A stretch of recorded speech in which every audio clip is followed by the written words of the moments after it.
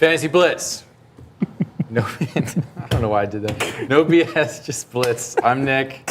I'm Adam. It's Tuesday. Welcome back. Happy week 4. Happy week 4. It's going to be a great day here in the land of football, in the land of Fantasy Blitz. This is your quick hits on waiver targets to pick up, to right the wrongs and the mistakes that you have made over this past weekend. Couple of draft targets too. Not draft targets. Trade targets. Excuse me. Yeah. Waivers and trade targets today. Not a whole lot of action, like outside of 2 specific things. Yeah. The one specific thing being the Dolphins. Whatever happened there, every single player that could possibly touch the football on the Dolphins just balled out. Off. 70 points is insane. Amazing. And then the other specific thing being Mike Williams' injury. And then I guess starting to look forward, you'll see this in some of this, some of the stuff we have written down, but starting to look forward towards Cooper Kupp maybe coming back. It's kind of impacting some of our decisions in the next coming weeks. But yeah, it's going to be a good one. Puka is cooked, question mark? No, I don't think so. Trade high? Well, I'll talk about it a little bit because we kind of cover Tutu Atwell, which is in a similar vein. When we get there, I'll talk about it. But I do think this could be a trade high opportunity maybe next week. Okay. I don't know. We'll see. Let's get into it. Let's chop it up. Yep. Starting out with some of the waiver targets. The obvious one, Devon, he actually has told people that his now, the last name is pronounced A-Chan. So, what? Yeah. So Devon A-Chan. Screw the E. That's how we're doing it now. Obviously had 200-plus yards, 2 touchdowns on the ground, and then a bunch more air yards and 2 more touchdowns. I mean, that doesn't happen. 4 touchdowns in a game for any player doesn't happen. And they did it with 2 separate players and still got more touchdowns outside of that. It was such a wacky So, obviously you have to pick him up. You just do. Something like that happens. Somebody has to get him. I don't think that ever happens again, but we could be looking at more of like a 50-50 split with Mostert and A-Chan now. Achan? A-Chan. Is it A-Chan. Devon Achan? Devon A-Chan. I like Devon Achan. That's kind of cool too. That rolls off the tongue a lot better. But, sounds like a Jedi. Yeah, he kind of does that. But you have to have him. I wouldn't blow a whole bunch of fab on him. I'm thinking maybe 30% if you got it. But anyways, that won't happen again. Don't expect that to happen again. But you could see a little bit of like potentially startable opportunities here. Moving next on to the Mike Williams news. We're going to talk about 2 guys that are on either side here. Joshua Palmer and Quentin Johnston. Those are the 2 outside of Keenan Allen next up receivers for the Chargers. Now, Joshua Palmer's already been getting some looks. He hasn't looked too good on the field. And Quentin Johnston really hasn't existed very much this year yet. But I think they will now with Mike Williams gone. Somebody's got to step up. And I think these guys could be good for anywhere from 5 to 8 targets a game now. And that's a decent amount of opportunities. You could potentially flex one of these guys. Maybe one of them emerges as the next Mike Williams or the next whatever they need. But what does this guy do? Yeah, see, not very encouraging. No. His stats. But I think Joshua Palmer is slightly higher priority than Quentin Johnston is, just because of his already submitted role. Where is this game log? Let's see his stats here. Yeah, I mean, it's not great, but still 7 increasing targets though. 4 for 66 and a touchdown. Yeah, that's fine. Yeah. And I think that continues that sort of production where he gets maybe 4 to 5 catches, just under 100 yards. See, these are flat targets. Yeah. So that's not good. Whereas you go to Josh Palmer, he's increasing. Yeah, increasing up. And I think that continues. I think what we saw in week 3 is really what we can expect from either one of them going forward. I think Quentin Johnston's going to need to get worked up a little bit, but that's what we can work with. Finishing out the top 4 here is Adam Thielen. He has quietly had really good games. Kind of 3 in a row. Yeah, and I was really wrong about Adam Thielen. I thought he had aged out. I thought so as well. I was just okay, rookie QB and pretty old receiver. He can't be that good anymore. Yeah, and to be fair, he doesn't look athletic. No. But he's getting so much volume that it works, and he's able to get the red zone looks. He's able to get out in space a little bit and give Bryce Young something to work with. I think of Andy Dalton. He looks like a bassist for Hootie and the Blowfish or something like that. But He's been quietly having really good games. 14 targets. You cannot sleep on. Yeah, 9 targets. 9 targets, 14 targets. I mean, he's had 9 targets, 7 catches for 54 and a touchdown 2 weeks ago. Yep. This week he had 11 for 145 and a touchdown. That's good. Yeah. I mean, that's about all you can ask for. I think he's a phenomenal flex option. I don't think he's going to be available in a lot of leagues, but if he is, I would definitely target him just to have him there in case. So tell you what, let me do some live research here. Yeah. Hang on. I know this. No, you're good. Where's my team? My team. Right, we're here. Mm-hmm. So I'm really struggling at flex. Sky Moore, Nico Collins is a must play. Yes, he had a slow week this week. Yeah. But I still think he's the number 1 guy. Yeah. And I think that's actually leads perfectly into our next guy, who is Tank Dell. Tank Dell did what Nico Collins did last week. Mm-hmm. Now, a lot of that was on 1 or 2 catches. Like, he had some deep balls. You can't really predict those. He's super fast, super talented. He's going to be great. I think he's a fine flex. It's like Gabe Davis and his 60-yard touchdown. I think I think he'll be a little bit more consistent than Gabe Davis. I mean, Gabe Davis had a Gabe Davis week last week. One catch, 45 yards, and a touchdown. So there's 2 games where Gabe Davis is just going to absolutely rip, and you're like, Gah. Yeah, it's just don't fall for Gabe Davis. Don't do it. Don't fall for him. I think if you're looking for consistency on the Texans offense. That's a funny sentence. If you're looking for consistency on the Texans offense, Nico Collins is going to be the way to go. But if you just need like a big play here and there, if you're filling in for a flex and you just want a boom or bust kind of week, Tank Dell could be a decent stash. Speaking of boom or bust kind of weeks, Marvin Mims, he is doing a very similar thing to that Tank Dell is doing, where he's just the deep threat guy. He just sprints downfields and they just air it out to him and hope that he can do something with it. Yep. I mean, he had 3 catches for 73 yards. Terrible targets, though. Terrible. Yeah, bad targets. But, I mean, the week before, 2 for 113 and a touchdown. But against Chicago. Yeah. Who's a bigger dumpster fire, Broncos or Chicago? Chicago. And I don't know if you saw our slides for this coming week, though, but that little spoiler, if you guys are here watching this one, that might be the trash game for this week. So we might get a trash game alert for Chicago-Denver. It's at Chicago. I have high hopes for a gross blowout, Broncos over top, but it could be one of those things where like both. I'm not going to watch it for sure. Marvin Mims, Tank Dell, kind of the same guy on their respective offense. I think Tank Dell has more upside than Marvin Mims does just because of the usage. But anyways, next up, this is a fun one. Sam Laporta, talk about a sleeper tight end. Yeah. I think he's like the number 2 tight end right now, maybe number 3. This guy. He would sell you car insurance. Oh, for sure. And last week, I think he had like 7 catches or something. Let me see. 8 catches for 84 yards and a 11 targets for a tight end. I mean, that's very Travis good. Kelce numbers, kind of. I know. That's really impressive. I think the Lions continue to use him because they don't have a number 2 receiver. It's just St. Brown. In full PPR. Yeah. Fantasy Pros, 22 points last week. That's all you can ask for, man. I mean, that's a phenomenal week for a tight end. They need a second receiver. They have St. Brown, and that's it.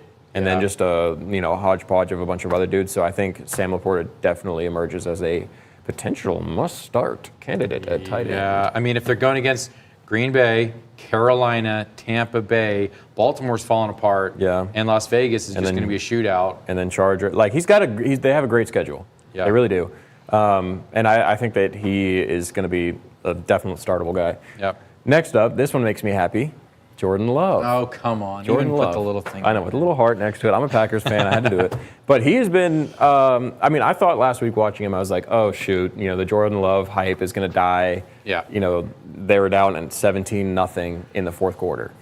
Like, I was like, oh, boy, Packers are going to suck. Yeah, like, here we go. Yeah. I know we have, like, every single skill position player out. Like, that's why I changed the title. Packers. Yeah, exactly. There you go. But we were missing Jair Alexander, Aaron Jones, Christian Watson, David Bakhtiari, Elton Jenkins, and then we're just missing everybody, and we're down 17-0. I was like, okay, probably don't want to go with Jordan Love. And then Jordan Love came in and was just like, it was like hey, 24 let me just points, right? Something like that. He was like, hey, let me just roll out 2 touchdowns real quick in like 5 minutes of game time, and we'll be good to go. He wasn't super impressive last week, but let's see here. They only have standard. That's okay. Scoring. It's QB. Oh. They don't do PPR. But yeah, 25 points. Yeah. I mean, he's been in the 20s. I mean, 23 he's a points, must 20 start. points, 25 points. I mean, Last week he had 259 yards, a passing touchdown, and a rushing touchdown. I mean, he's just like super consistent. And then look at this schedule. Detroit, Las Vegas, Denver, Minnesota. Rams will be a tough one. Pittsburgh, Chargers, Detroit. Kansas City will be a shootout. He is set up to have a very, very, at least fantasy-wise, and I guess real football-wise now, too. He's set up to be very successful. I mean, he's had multiple touchdowns 3 games in a row. He's tied, I think, right now for, or maybe Kirk just passed him, but he's tied for most touchdowns in the league. Wow. Most passing touchdowns in the league. Like, that's awesome. That's awesome. I think he's a phenomenal waiver pickup. I think a lot of people are still kind of on the fence about it, so you may be able to slide in there and grab him. Bang Bang Rufio, shout out. Says, what up, boys? What up? That being said, he's not going to be available for much longer. No. So you're probably going to want to grab him because buys start next week. No, week 5 I think is the earliest buy. Yeah. So that's coming soon. You're going to need to start filling in. Justin Herbert owners, he's out week 5. So here we go, baby. yes, outside of waiver, he said picked up Love last week. He looks nice with it. Yeah, he does. Good pickup. Trade targets. These are kind of interesting. Christian Watson hasn't played yet. I know, but he's super talented, easily wide receiver 1 potential. And I bet you the owners of Christian Watson are like, hey, might be trying to move on just because he hasn't played, and they probably need somebody to play based on where he was drafted. I think he's a really good candidate for a buy low. And I do think that they work him in this week, so I don't think he's going to get his full workload this week. And that is definitely going to be the gut punch for Christian Watson owners because they're going to be like, oh, I waited all this time for him to come back, and then he comes back and he puts up 4 catches for 55 yards. It's like, oh boy. Then they're going to sell him, and then what Christian Watson does is he gets comfortable and then he does his thing. It's going to boil over. Yes. Another buy low, Terry McLaurin. He's been pretty disappointing. That whole team obviously is disappointing, but he's still the most talented guy on their roster. He is. He's a freak. Jahan Dawson hasn't really existed like I thought he would this year, but Terry McLaurin's a freak. If you can get him, then he is a amazing flex option. Maybe even a wide receiver 2 option if they can kind of pick it up a little bit. But they've had a tough schedule. Sam got demolished, and he demolished himself, to be honest. He 4 did. INTs. Yeah. I think he actually got negative points. He did. He ended up with -4 at least in my main league. But they've had a really tough run of things these first couple of games. Some pretty tough opponents, and I think we see that start to trend the other direction. Terry McLaurin gets his average workload, and you start seeing flex to wide receiver 2 production, which would be awesome. Moving on. Miles Sanders, this is a personal favorite of mine. I drafted Miles Sanders, and he was really disappointing week 1 and 2, and even a little bit disappointing in week 3, but the usage is crazy. Like, he is a clear-cut number 1 running back for the Panthers, getting, I think he had 9 targets last week, which is insane. And that was with a backup quarterback, I know, but, like, it's Andy Dalton, so he's probably better than Bryce Young is right now. They put up 27-something points, but the usage that he's getting is amazing, and I think the Panthers are starting to figure out how to use him too. Like, they started out really running him up the gut, and it was like, great, that's not what Miles Sanders does. No.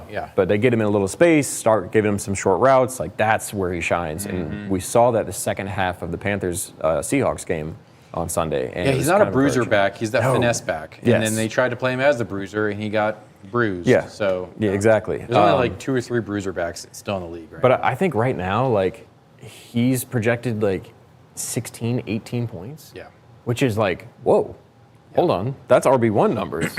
Like, if he can put up those, and people may not be aware of it right now. If you can trade for him, throw like, I don't know. You might be able to get him for like an Alexander Madison combo or something. Just some really, a Brian Robinson thing. We're going to talk about selling high on Brian Robinson here in a minute. If you can trade Brian Robinson for Miles Sanders, I think that's a win all the way.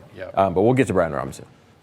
Darren Waller, disappointing week, I know. But I do think he is the target leader on his team by a decent margin. And we'll continue that. He's matchup dependent, though. And I know. The Giants are not fun to watch. They don't look good. But somebody's catching that football. Darren Waller's getting targets. He's getting, I think he had like 11 or something last week. He had a lot of targets last week. Just the opportunities alone, especially at tight end, you have to consider it. You have to lean into that at least somewhat. Check how many targets he had last week. Let's see this. Throat tattoos are always a... Okay, 7 targets, not what I Yeah. thought. But still, 7 targets, 8 targets, and 5 targets the last 3 weeks. As a tight end, Yeah, 5 points. I mean, okay, then not great. But then he's going against Seattle.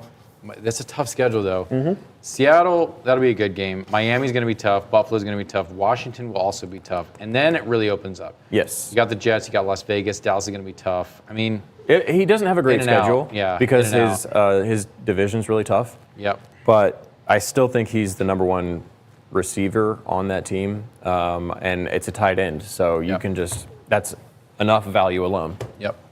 On to the sell highs. Trying to wrap this thing up real quick. Raheem Mostert, obviously, we're going back to the Dolphins. 4 touchdowns in a week is never going to happen. I really don't think it happens again. Nope. We have one of those games every year with some team. Like last year, it was Joe Mixon, and he got like 5 touchdowns in one game, and then it was just kind of like, eh.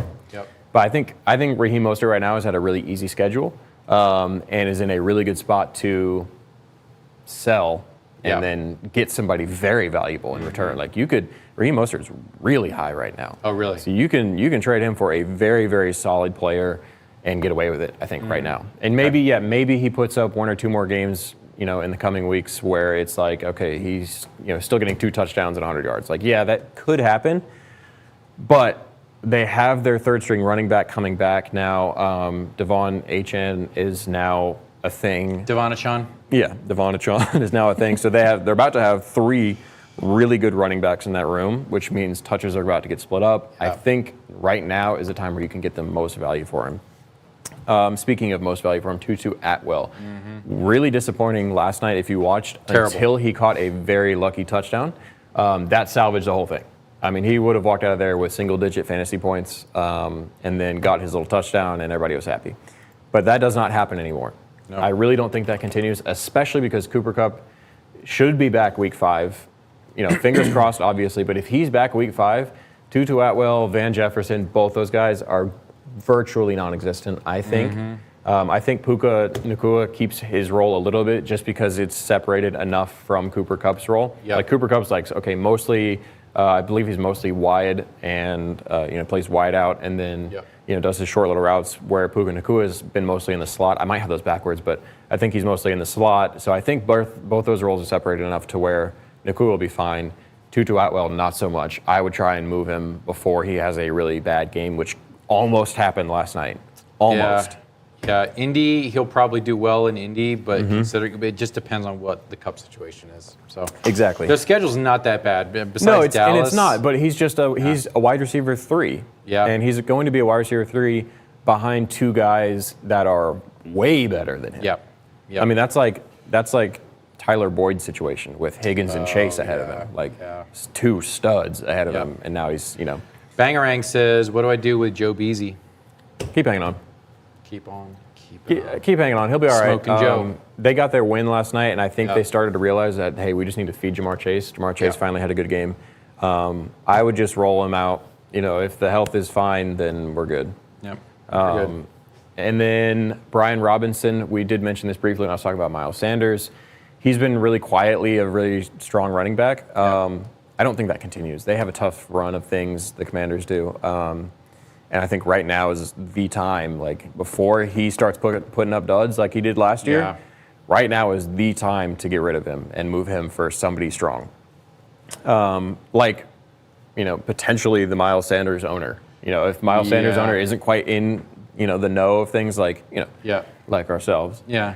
Then Brian Robinson might be appealing because it's like, all hey, the non-fantasy Blitz watchers, first of all, do this trade first, then invite them to the show and to hit the like button and subscribe to the channel. That is one of the best ways you can show your support for us. Also, comment below on any other types of segments that you want us to do. I could think of a bunch of things. By the way, our friend, researcher Eli, is going to be hosting the Thursday show. Yes, so it'll be, I guess, me and Eli. Or are you going to be here? I think I'll say, hey guys, this is Eli, and then we can talk shit about our teams. Yeah. And then I'll just let you guys take over. Sure. And I'll take the night off. Sure. It's gonna be great. But we're gonna introduce him. He's awesome. He's our our research and kind of. He's a bro. Yeah. He also takes care of a lot of our betting stuff. He researches some of that for us. So that'll be awesome. But let's see. Where were we? Oh, yeah, so you want to trade Brian Robinson? Yeah, maybe for Miles Sanders. If you can land that. For Terry McLaurin and Christian Watson. Yeah, if you can land... If you can land getting rid of him for somebody over here, I'd be thrilled. I'd be thrilled. And then this one kind of hurts me because I do like Christian Kirk a lot. He has also been one of those things that's like salvaged by a touchdown. Yeah. Last week he was having a real tough time, and then fourth quarter magic touchdown, like 35-yard touchdown. I was like, oh, thank God. 14 points. Yeah. Now I know the week before he had like 7 or 8 catches for like 120 yards or something like great, and Calvin Ridley hasn't looked great. But still, I think he's a guy that you can move really quickly right now and get away with. Yep. But could bite you. It could still come back and get you. I think Christian Kirk is a really talented player. He was amazing last year. His performance has been a little disappointing for people who drafted him to be like a wide receiver 2, like I did in some leagues. And I think if you can move him for maybe like a Christian Watson or a Terry McLaurin, because he's had some decent weeks back-to-back, people might see that and be like, yeah, I'll take a chance on him and move one of my more volatile players for a more consistent, even though I don't think that he's more consistent. Yeah. I mean, he goes from 3 targets to 14, all the way back down to 6. Scary numbers. Yeah. The points do not offset the risk. No. The points are fine. And I think Calvin Ridley had a really bad game last week, which is something. So maybe Christian Kirk kind of eases back into the role he was in when defenses start shifting towards Calvin Ridley. But I would be fine getting rid of him right now. Yeah.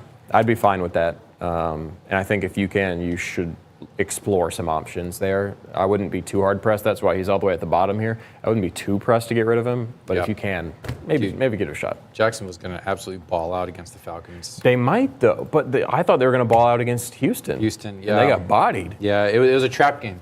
It was. And I think Atlanta could be kind of a trap game, too, because they have some really talented players in the secondary with A.J. Terrell. Except for Drake London. Screw that guy. Yeah. A.J. Terrell and Jesse Bates in the Falcons secondary are really talented, and they know how to shut down players. They do, yeah. So I do think this is a Calvin Ridley trap week again. They're just not getting the alpha. Yeah, they're not. They're not getting the alpha. Look, if you're not in Fantasy Blitz, you're just screwing around and wasting your time. So, get in here. This is no BS, just Blitz. Sorry. Yeah. Definitely shoot us a subscription. I mean, we're live right now twice a week, hoping to increase that. Yep. And we also kind of go live at different times, so the notifications being turned on can definitely help you not miss us because we're not super consistent yet. We're trying. We're live Tuesdays and Thursdays, generally in the afternoon. That's what we can promise. We need to update our banner so people, when they go to our channel, it says live. Work in progress. Angelo says, greetings. Remember me saying that Laporta will be a household name after the last game. He even scored more fantasy points than any other tight end. Actually, I think last week he was the most. I think he was the highest one. Okay, so look, Angelo, we don't even know if that's right. But look, you could take a victory lap here on Fantasy Blitz, and we will bow down if you are actually correct. But if the record proves that you are a liar, you will be scorned and banned from this channel. Yeah. That's pretty much it. I think we're good. We'll be back on Thursday, me and Eli and a little bit of Nick, to talk about our regular starts and sits. I think introducing maybe a check-in for our fantasy league on Thursday as well. Yeah. But we'll see you, and then we'll get back to it. Yeah. And happy week 4. Happy week 4. Go Raiders? Yeah. Go Pack, go. Go Pack, That's go. all we got to say. That's all we got to say. Go Pack, go. Thanks, guys. Boom. Nice.